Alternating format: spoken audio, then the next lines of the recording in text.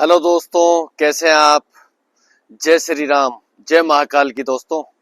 आपका मेरे चैनल भारत सच बोलेगा पर स्वागत है। तो आज मैं आपको एक ऐसी घटना बता रहा हूं जिसको सुनने के बाद आप पूरी वीडियो देखिए। अगर आपके मुंह से जय हिंद और जय भारत ना निकले तो बोलना दोस्तों। और ये घटना एक ऐसी है जिसने वैश्विक राजनीति में उथल पुथल मचा दी और पूरी दुनिया को ये सोचने पर मजबूर कर दिया कि भारत आज कहां से कहां पहुंच गया। जो भारत आज से पहले किसी चीज का जवाब नहीं देता था, उसी भारत ने दुनिया में एक ऐसा समीकरण फिट कर दिया जिसने पूरी दुनिया को हिला कर रख दिया और वैश्विक राजनीति के नए आयाम सेट कर दिए।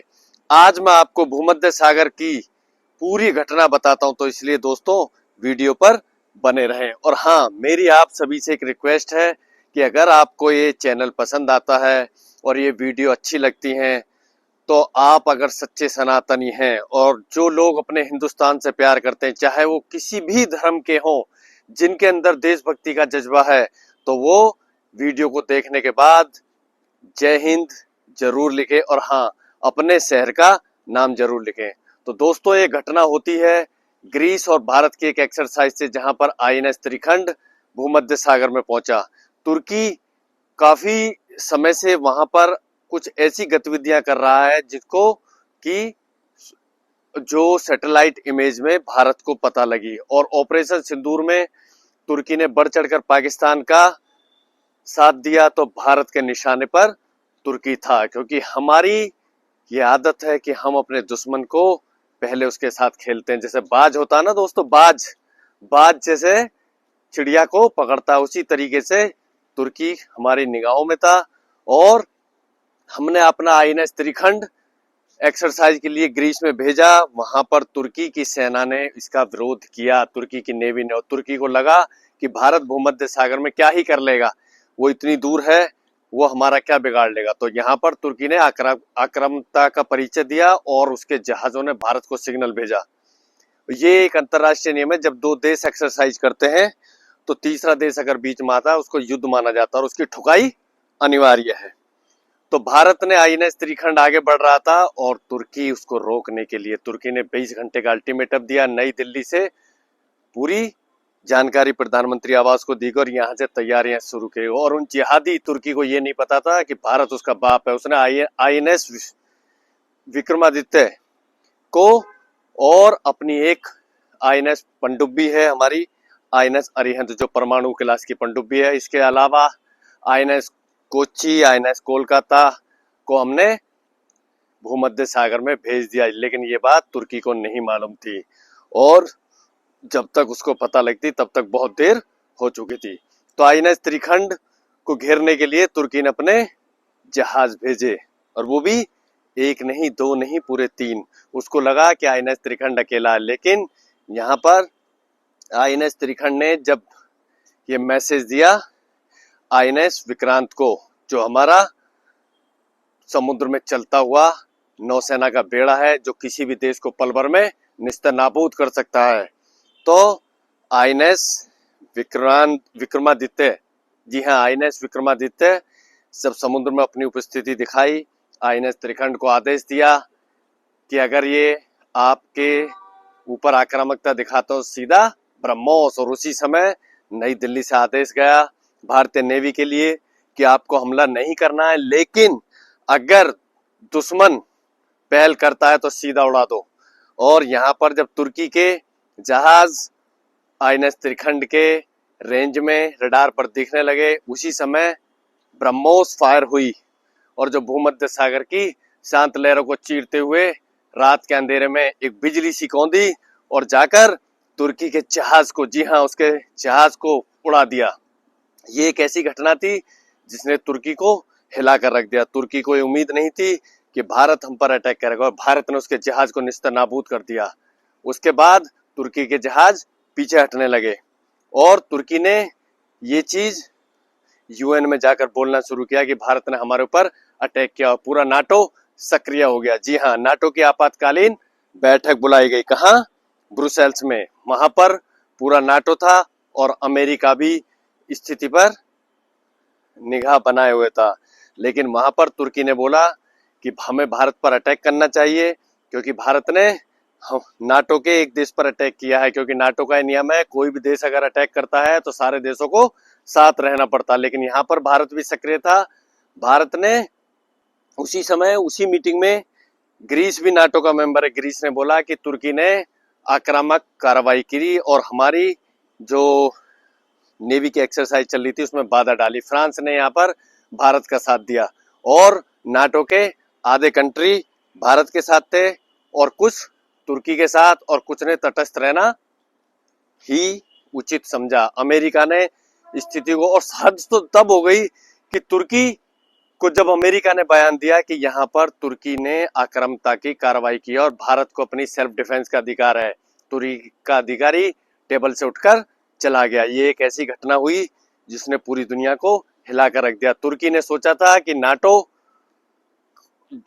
को लेकर वो भारत पर अटैक करेगा, लेकिन वो भूल गया कि ये नया हिंदुस्तान है और तुर्की जैसा देश वो छुट वही है जिसके 12 ड्रोन की हमने धज्जियां उड़ाई ऑपरेशन सिंदूर में, और हमने उसके बाद तुर्की की इसी भूमध्य सागर में तुर्की के किसी ड्रोन को उड़ने नहीं दिया। तुर्की ये बात अच्छे से जानता था कि अगर मैंने इससे ज्यादा कार्रवाई करी तो तबीयत से होगी मेरी ठुकाई। तो दोस्तों, यहाँ पर भारतीय नेवी का जलवा था। और इसके अलावा हमने अपने INS विक्रमादित्य और अपने सारे एयरक्राफ्ट को, जो तुर्की अवैध नेवी का अड्डा बना रहा था भूमध्य सागर में, उसको भारत ने अपने कब्जे में ले लिया है। और वहां पर भारत की उस समय पावर हमने दिखाई और भारत और ग्रीस ने उसको अपने अंडर में लेके, और भारत ने बोल दिया पूरी दुनिया को कि यहाँ पर किसी की दादागिरी नहीं चलेगी, चाहे अमेरिका हो या नाटो हो, भूमध्य सागर किसी के बाप का नहीं है, इस पर सारी दुनिया का उतना ही अधिकार है। समुद्र के जलमार्ग हैं और इन पर हर देश का अपना अधिकार है। तो तुर्की पीछे हटने के बाद नाटो ने भी अपने 150 जहाज भेज दिए, लेकिन भारत ने बोल दिया कि ये जो अड्डा है इस पर भारत का कंट्रोल है भी, और यहाँ पर किसी एक देश की पावर नहीं रहेगी। आप सच मानिए दोस्तों, एक भारतीय होने के नाते जो मैंने आपको एक खबर दी है कि तुर्की जैसे जिहादी मानसिकता वाले देश की हमने धज्जियां उड़ाई, और हमने अभी भी बता दिया है कि हम वैर नहीं चाहते हैं, हम शांति चाहते हैं। लेकिन अगर हमारे ऊपर किसी ने प्रथम आक्रमण किया तो हम उसको निस्तनाबूद कर देंगे, चाहे वो अमेरिका हो या नाटो हो या यूरोप हो। ये बात हमने अच्छे से बता दिया। और इसके अलावा भारत ने डिप्लोमेटिक चैनल से वहां पर मिस्र के साथ उसके एक पोर्ट का लॉजिस्टिक ले लिया, और ग्रीस ने अपना दे दिया है, और इसके अलावा साइप्रस ने भी दे दिया। तो यहाँ पर इंडियन नेवी वहां से निकलने नहीं वाली है। भारत की गवर्नमेंट ने साफ कर दिया, INS Trikhand, INS Cochin, INS Kolkata, जी हाँ, वहां पर स्थायी रूप से रहेंगे और स्थिति पर नजर बनाए हुए हैं। और उधर नाटो ने भी अब भूमध्य सागर का जो ये मैदान है ये युद्ध का एक अखाड़ा बन गया, और ये शक्ति का संतुलन डिसाइड करेगा कि दुनिया किस ओर जाएगी। क्योंकि भारत ने यहाँ पर, नाटो ने 150 से जहाज भेजे हैं, वो भी वहां पर अपनी मॉनिटरिंग कर रहा है, और वो दिखाना चाहता है कि हम भूमध्य सागर पर निगाह बनाए हुए हैं।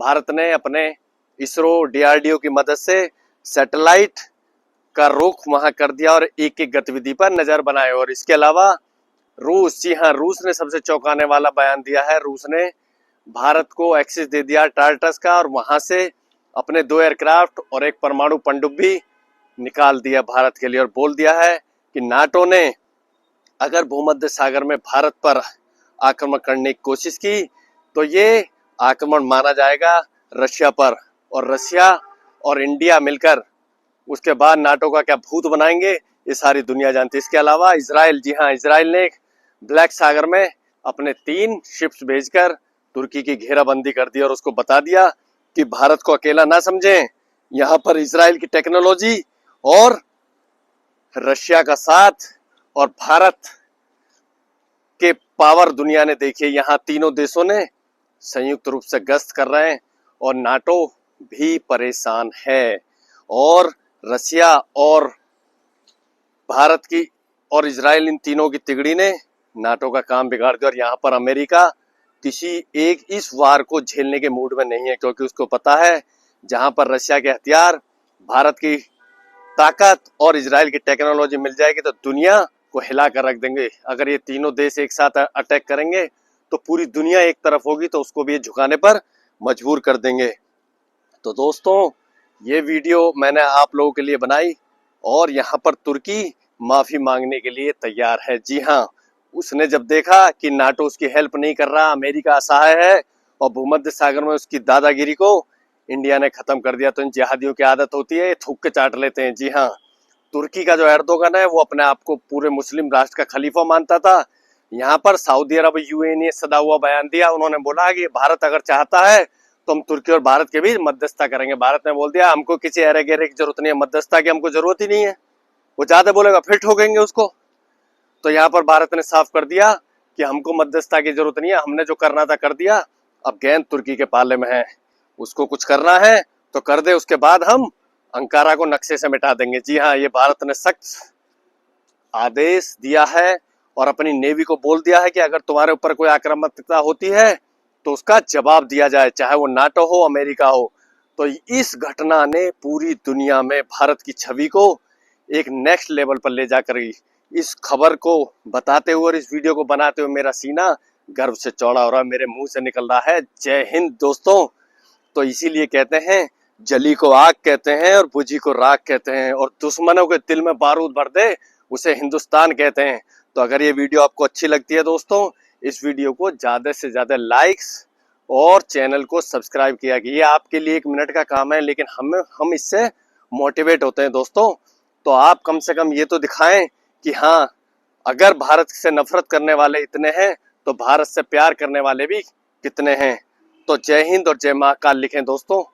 अब इस वीडियो को यहीं खत्म करता हूँ, कल फिर एक बार फिर नई वीडियो लेकर आपके लिए आऊंगा। जय हिंद, जय भारत।